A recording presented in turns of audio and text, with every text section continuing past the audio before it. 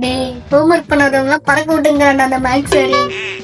என்னடா பண்றது தெரியலையே, சமாளிப்போம்.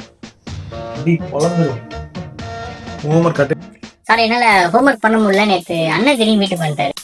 நொண்ணா வந்தா ஹோம்ஒர்க் பண்றதுக்கு என்ன? எங்க இல்ல சார், தளபதி விஜய் என்ன அவர் அப்பப்போ வீட்டுக்கு வருவாரு போவாரு, நாங்க ரெண்டு ரொம்ப கேஷுவலா தான் இருப்போம். நேற்று என்ன நினைச்சான்னு தெரியல, திடீர்னு ஸ்டே பண்றேன்னு சொல்லி சொல்லிட்டாரு. அதனால தான் என்னால ஹோம்ஒர்க் பண்ண முடியல. No hard feeling sir. Sir வலிக்குது சார், வலிக்குது சார். சார் தெரியாம பண்ணிட்டேன் சார், தெரியாம சொல்லிட்டேன் சார். சாரி சார், விட்டுருங்க. நீ ஹோம்ஒர்க் காட்டு.